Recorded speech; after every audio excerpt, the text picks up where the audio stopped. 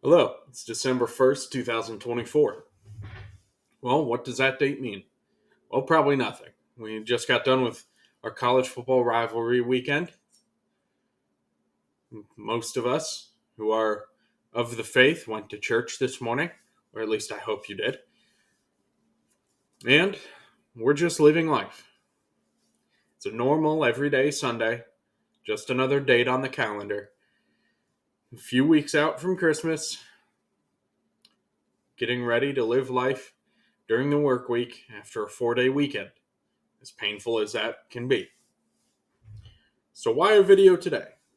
Well, because 250 years ago, the world was in a much different place. These United States were just 13 colonies, not from sea to shining sea, but from the sea to the Appalachians. And we were under the thumb of the British Crown and its Prime Minister and its Parliament. And for the last 20 years, we have been fighting their battles. Admittedly, we started one of them.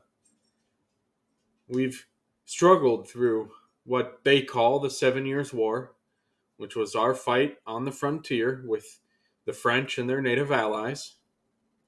We, the British colonists, have kicked out the heathen Catholics and have established dominance of the Protestant Church and the Church of England. Well, now our crown and our sovereign, they want our money. Go figure. A story in America that starts with the economy. Turns out that elections and who we want in our government haven't really changed much in 248 years. But why today? Why December 1st? Why 1774? Well, for years now, we've been sitting by and waiting as the British government continuously encroaches on our life and our liberty and taxes us to no end on goods that they hadn't taxed for the 100 years previous. And now, quite honestly, we're fed up with it. Last month, Lord North was reelected, and today we put our foot down. We've threatened it before, and now we're serious. Today, December 1st, 2024, is the 250th anniversary of the boycott of Britain. One step, one more escalation on a road to war that in 5 months will change the face of not only this continent, but of this world. This is the story of the boycott of Britain, Lord North, and the road to the American Revolution. Join me on this chapter, what I would consider the very start of the American ride.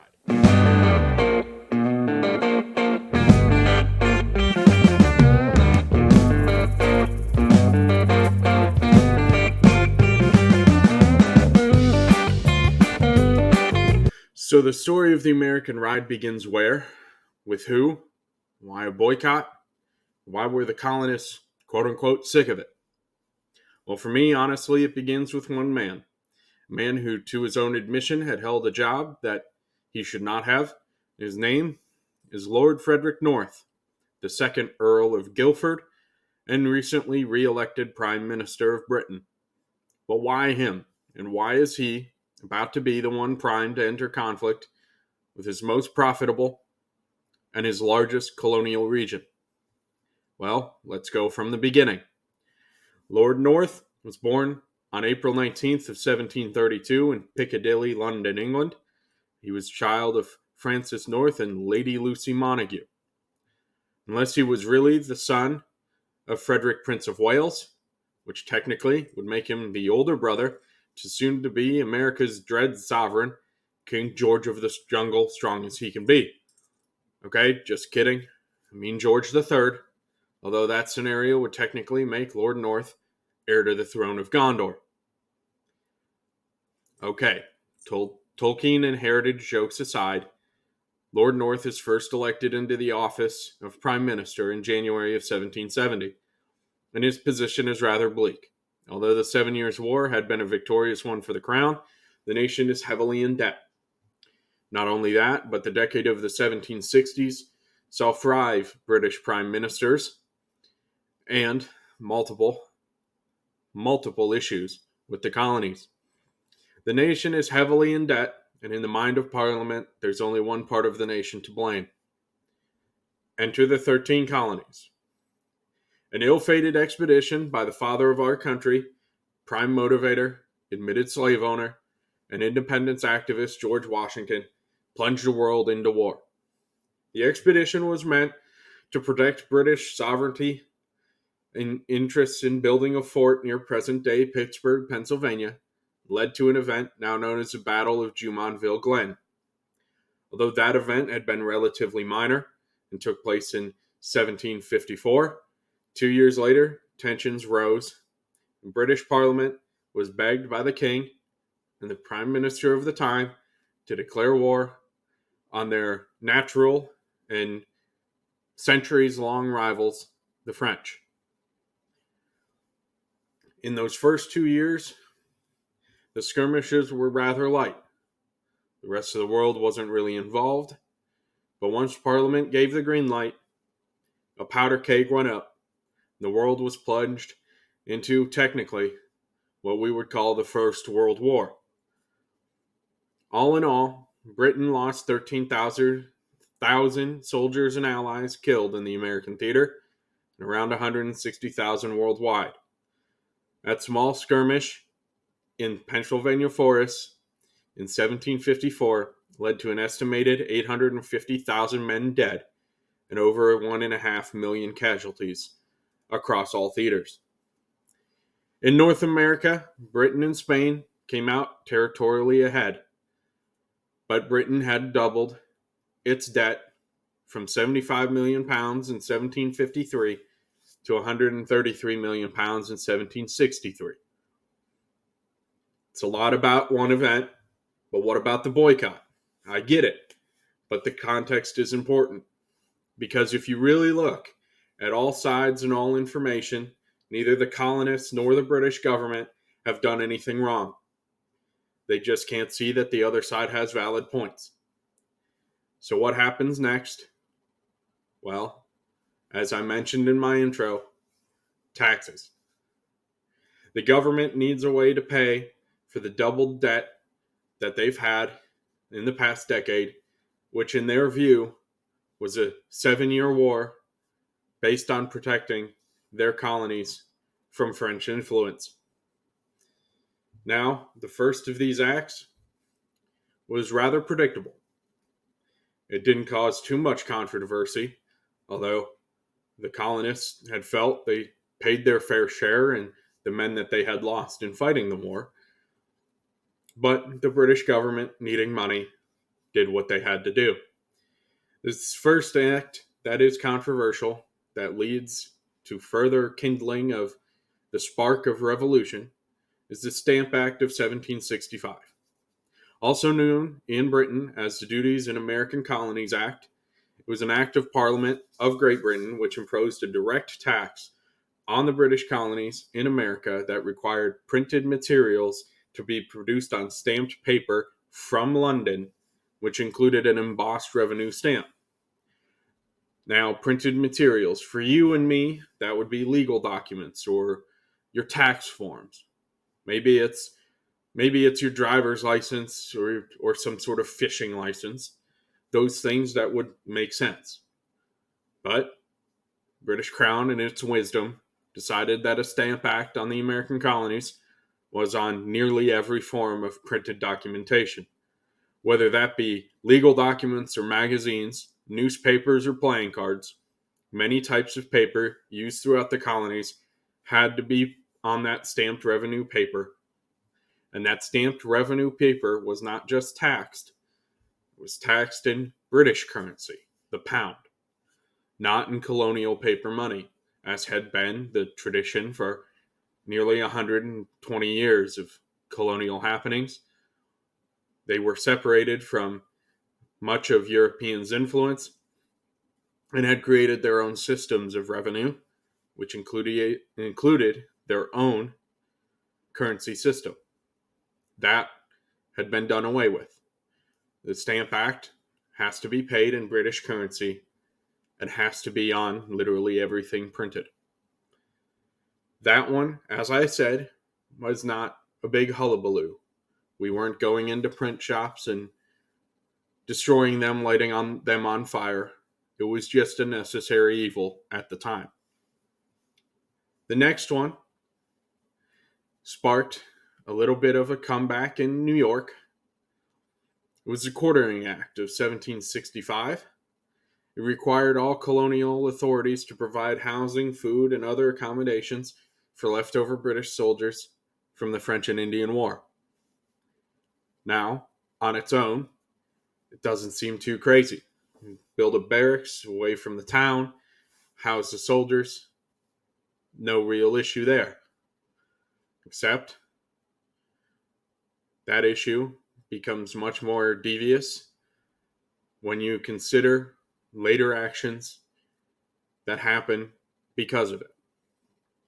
Whenever you are forced to house an army, sometimes that housing becomes the barns, the fields, and the houses of those who live there, if you believe what the colonists write about and talk about in history. Now, the British officially say that those people, those soldiers, should not be housed in private accommodations, and oftentimes weren't. But when conflict arises, who's telling the truth and who's saving their own skin is hard to decipher. So the next series of acts is in a response to New York's unwillingness to house those British soldiers, and they are a series of 5 acts called the Townshend Acts. Townshend Acts are named after the Chancellor of the Exchequer, Thomas Townshend. 4 of those acts were written and passed in the summer of 1767, those being the Revenue Act, the Commissioners of Customs Act, the Indemnity Act, and the New York Restraining Act. The last one passes in the spring of 1768, and it's the Vice Admiralty Court Act. The purposes of those combined acts were to raise the revenue in the colonies to pay the salaries of the governors and the judges so that they would remain loyal to Britain. Now, I don't know if all of you will agree with this, but that sounds a lot like government-subscribed bribery. It was also mandated to create a more effective means of enforcing compliance with trade regulations.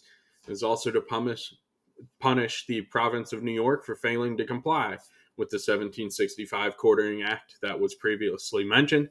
And lastly, and most importantly, it was to establish a precedent that the British Parliament had the right to tax colonies without direct influence from the colonies themselves. This act, specifically, is where we get the term no taxation without representation. And with those 1768 Townshend Acts, that's where you get America's first response. Those acts were enacted on the 13 colonies, placing tariffs on a variety of common items, and the colonists objected to those acts as they were a violation in their view of the natural charter and constitutional rights of British subjects in the colonies. The Massachusetts House of Representatives is the first political body in the colonies to respond by sending a petition to King George himself asking for a repeal of the Townshend Revenue Act. The House also sent the Massachusetts circular letter to other colonial assemblies asking them to join a resistance movement and called for a boycott of merchants importing affected goods.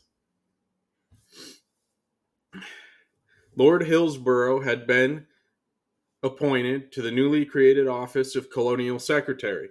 He was alarmed by the actions of the Massachusetts House, and in April of 1768 he sent a letter to colonial governors in America instructing them to dissolve any colonial assemblies that responded to the Massachusetts circular letter, thus leading to our First Amendment of the United States Constitution, the right to free and fair assembly. The government of Britain had started encroaching on natural rights. He ordered Massachusetts Governor Francis Bernard to direct the Massachusetts House to rescind the letter. That House, as you will note, in Massachusetts, refused to comply. That statement will happen much more in the 7 years to come. And lastly, British Customs Chief Officer Charles Paxton wrote to Hillsdale for military support because the government is as much in the hands of people as it was in the time of the Stamp Act. Commodore Samuel Hood was sent with the 50-gun warship HMS Romney, which arrived in Boston in May of 1768. 1768 is also the year that John Hancock becomes a revolutionary, as customs officials seized his ship, the Liberty, and allegations that the ship had been involved in smuggling caused a powder keg.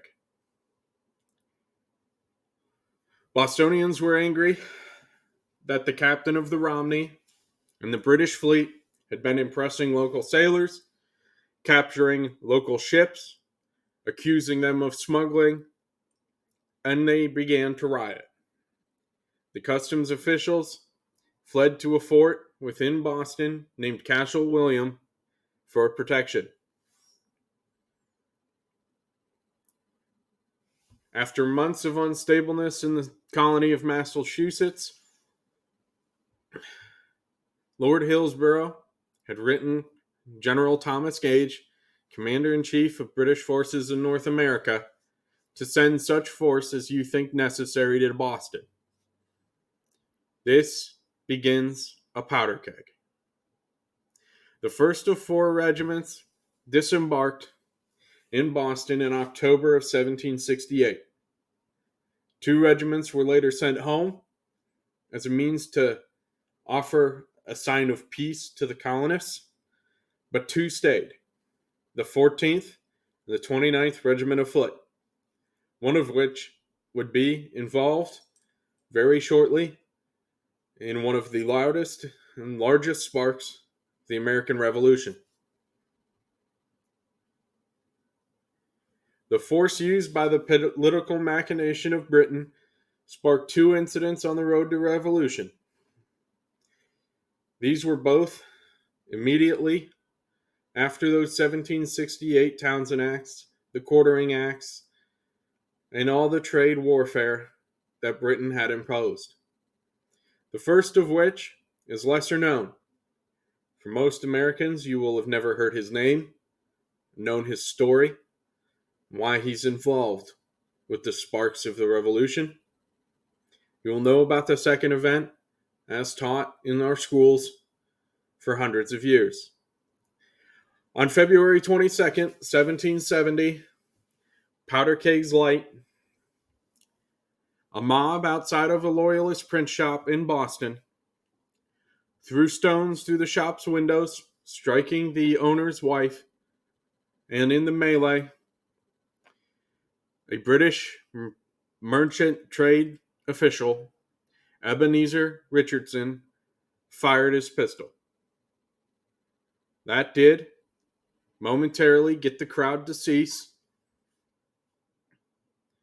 but in the aftermath, it was revealed that a young boy, Christopher Sider, all of 11 years old, had been struck in the arm and chest and died the next morning.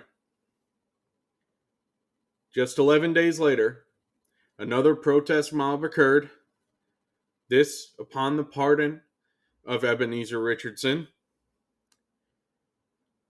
that threw snowballs, solid ice, and stones once again outside of the British Customs House when a wig maker's apprentice accused a British captain of not paying the debt for his wig, even though the officer had indeed paid the wig maker himself the day before. That British captain ignored the boy's calls. A young British private in a foreign land, not knowing any better, demanded the boy be more respectful. When the boy retaliated against that demand, he was struck with the butt end of his musket. That action may well have lit the flame of revolution. After a mob of nearly 400 surround Private White, his regimental commander is notified, and Thomas Preston and 6 other men came to the defense of their comrade. In the chaos that ensues, one of his men was struck with a rock, dropped his musket, reached back down, picked it up, and exclaimed the words, "Damn you, fire!" In the next 2 minutes, 12 shots would ring out. 6 men would be killed. Samuel Gray, James Caldwell, and Freeman Crispus Attucks were killed instantly. Samuel Maverick was struck in the back of the crowd by a ricochet and passed the next morning. Irish immigrant Patrick Carr was mortally wounded, died 2 weeks later having been gut shot. In the 1700s, a gut shot was fatal. It was just a matter of time of when. And finally, 16-year-old Christopher Monk was hit and died the next morning. Both events, the killing of 11-year-old Sider and the 6 men of what would be forever known, thanks to the work of Paul Revere and the Sons of Liberty, as the Boston Massacre, would happen within 2 weeks. 7 in the eyes of Paul Revere, Samuel Adams, and Boston Sons of Liberty would be killed in those 2 weeks, 3 of whom were not older than 18, and the entire event of those 2 weeks was seen as a perfect example of British overextension and tyranny. In the aftermath, lawyer John Adams, future president, future member of the Second Continental Congress, and founding father, would represent the British soldiers in trial, which, surprisingly for Boston in chaos, was fair. In the end, after the trials of the 13 men involved in the 7 deaths, just 2 would be convicted of crimes, that being soldiers Hugh Montgomery and Matthew Kilroy, of manslaughter for their actions in the Boston Massacre. For better or worse, Boston seemed to calm down after this. An anti-British sentiment became less public in the 3 years following the massacre, and it seemingly had a little bit to do with Lord North's mostly conciliatory attitude towards the event, seeing as a truly political tyrant would have had those soldiers face trial in England instead of in the colony that it had happened. But then he committed one of America's 7 deadly sins. After the acts previously were written under different prime ministers and different acts of parliament, he taxed us once more. The Tea Act of 1773 was an act of parliament whose principal objective was to reduce the massive amount of tea held in Britain by the British East India Trading Company. Now, the British East India Trading Company and the British West India Trading Company were supposedly private arms of British law and British colonization that held its own interests. Well, a related objective in order to empty out these warehouses was to undercut the price of illegal tea, mostly Dutch, being shipped to British North American colonies. This was supposed to convince the colonists to purchase company tea, which the townshend duties were paid, thus implicitly agreeing to that previous right of Parliament's taxation on the colonies. Smuggled tea was a large issue, since approximately 86% of all tea in America was smuggled Dutch tea. The act granted the company the right to directly ship its tea to North America and the right to the duty-free export of tea from Britain. Although the tax imposed by the Townshend Act and collected in the colonies remained in force, it received royal assent on May 10th of 1773. Not only did they force the American colonists to accept British tea, they forced them to pay all royalties due on it and didn't tax the company that held the tea, shipped the tea, and had the tea purchased from them. All in all, a government coup on all monies due from the colonies. The next action arose from the two issues confronting the British Empire: the financial problems of the British East India Trading Company and an ongoing dispute on Parliament's power over the colonies. That is the Boston Tea Party. Boston Tea Party takes place because of that tax on tea and the British East India Trading Company. But based off those taxes, Lord North only imposed one tax, and it was on tea. Why is he so important to this problem? Well, those were just the original taxes meant to solve the problems of Britain being in debt. The colonists may have been willing to pay them had they been discussed with colonial legislatures. The problem is, it was never discussed under the British Crown or even under the Parliament with the legislatures, and they had no direct tie to Parliament. It'd be much like if you lived in Arkansas, and for 100 years Arkansas wrote and adjudicated their own laws, but then because of a war inside of Arkansas between the U.S. and Mexico, the U.S. government taxes Arkansas and doesn't allow Arkansas a say in what those taxes are. As far-fetched as that sounds, this is how the colonists felt. So what did Lord North do that finally sparks a real honest-to-God political action from the now seemingly united colonies? Well, it was a series of 4 or 5 acts that happened 250 years ago this year. In Britain, they're called the Coercive Acts, meant to convince the colonies to be good little children and behave themselves. Here in America, we call them the Intolerable Acts. Those 4 main acts were the Boston Port, Massachusetts Government, Administration of Justice, and Quartering Acts. There's a 5th, unofficial, yet important one called the Quebec Act. The Boston Port Act announced that Massachusetts Bay was closed until the government of Massachusetts paid for all that tea. The citizens who participated in the Tea Party or were near the event at the Boston Harbor were not allowed to testify in their own defense, unlike those British soldiers in both the event of the Christopher Sider killing and the Boston Massacre. Right to free and fair trials. The Massachusetts Government Act announced that all local positions were to be appointed by the colonial governor, by Parliament, or by the King, again reflecting on no taxation without representation, and town hall meetings were limited to 1 per year unless called upon by the governor. Right to fair assembly.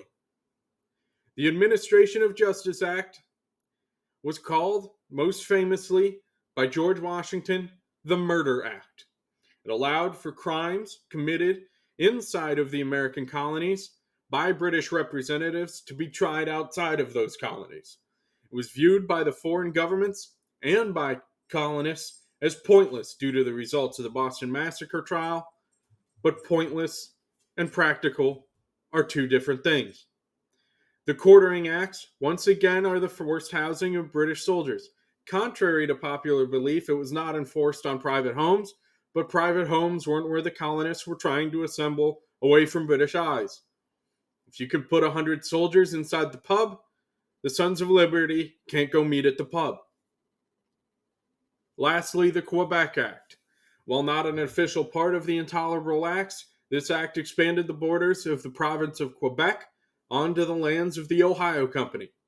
This arranged English Protestants and colonial veterans of the 7 Years' War, who respectively saw this as both an expansion of the Catholic faith and a pointless expansion of French-influenced territory, making both the 7 Years' War and the taxes that had been levied upon it entirely pointless. This would also be ironic, as those same colonists, in the years down the road, would need that French help to achieve independence, but logic and reason are sometimes lost on those who feel slighted. So we've covered Lord North, we've covered the British debt and what they've tried to do to make their colonies pay in order to recoup the losses that they fairly claim were caused by their colonies. We've covered the 7 Years' War. We've covered the taxes levied by 5 prime ministers from 1761 to 1768 and the ones at the very beginning of Lord North's reign.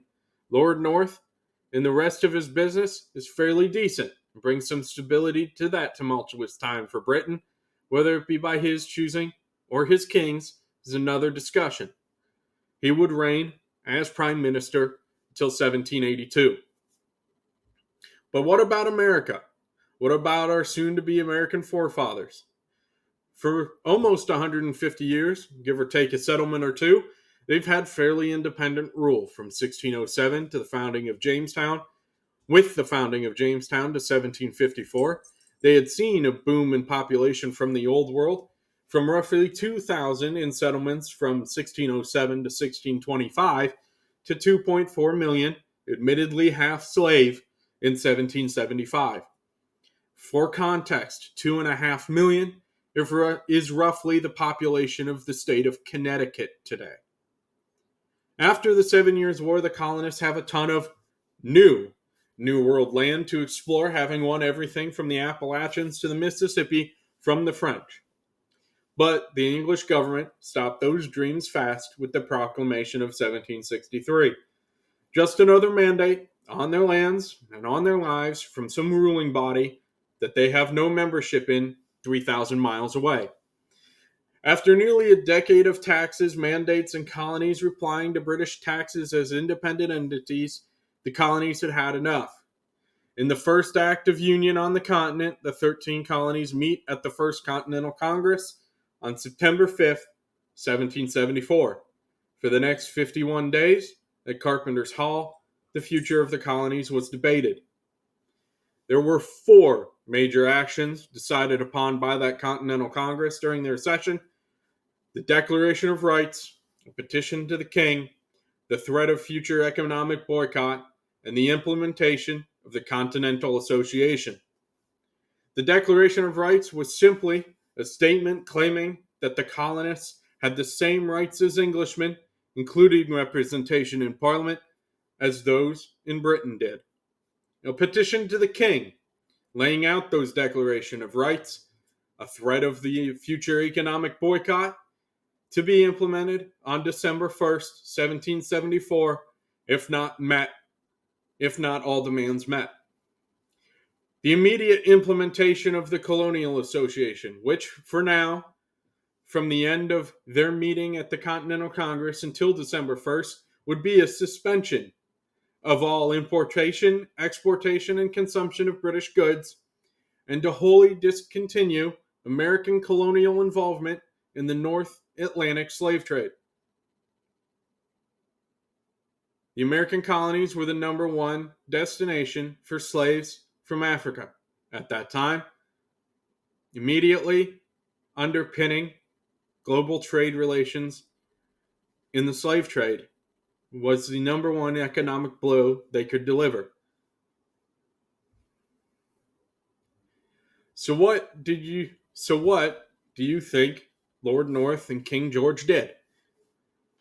Or maybe you're asking yourself, well, Lord North and King George Dale Earnhardt did with the information what you would expect a monarch resolved to war would do.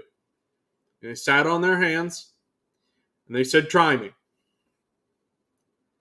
King George had already resigned himself to that revolution, stating to Lord North, allegedly, the die is now cast, the colonies must either submit or triumph. So now, at the end of 2 decades of backstory, we sit on December 1st, 1774, and we, the United British Colonies, implement our Continental Association. In 2 months, our dread sovereign, King George III, of his name, will declare us to be in rebellion. Lord North will resign himself of the outcomes, hand the duties of what is to come to the Secretary of State of the Colonies, Lord George Germain. And in just a month, a new year will come, and in a few months, a fiery lawyer will tell the world what is coming and what he demands of every patriotic colonist. And then, a month after that, on a small green in a backwoods New England town, history and the world, as it had been at the time, changes forever.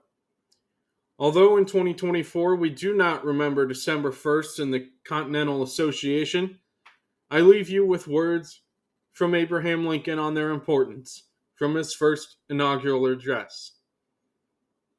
Again, if the United States cannot be a government proper, but an association of states, in the nature of contract merely as it is a contract, be peaceably unmade, less than by all the parties made of it. One party to a contract may violate it, break it, so to speak, but does not it require all to lawfully rescind? Descending from these general principles, we find the proposition that in legal contemplation, the Union is perpetual, confirmed by the history of the Union itself. The Union is much older than the Constitution. It was formed, in fact, by the Articles of Association in 1774. It was matured and continued by the Declaration of Independence in 1776. And finally,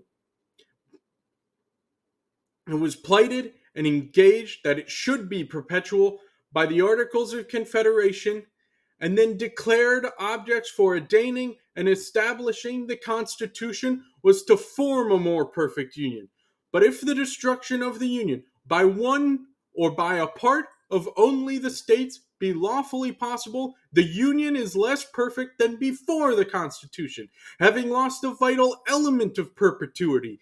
It follows from these views that no state, upon its own mere motion, can lawfully get out of the Union, that resolves and ordinances to the fact are legally void, and that acts of violence with any state or any states against the authority of these United States are insurrectionary and revolutionary according to the circumstances.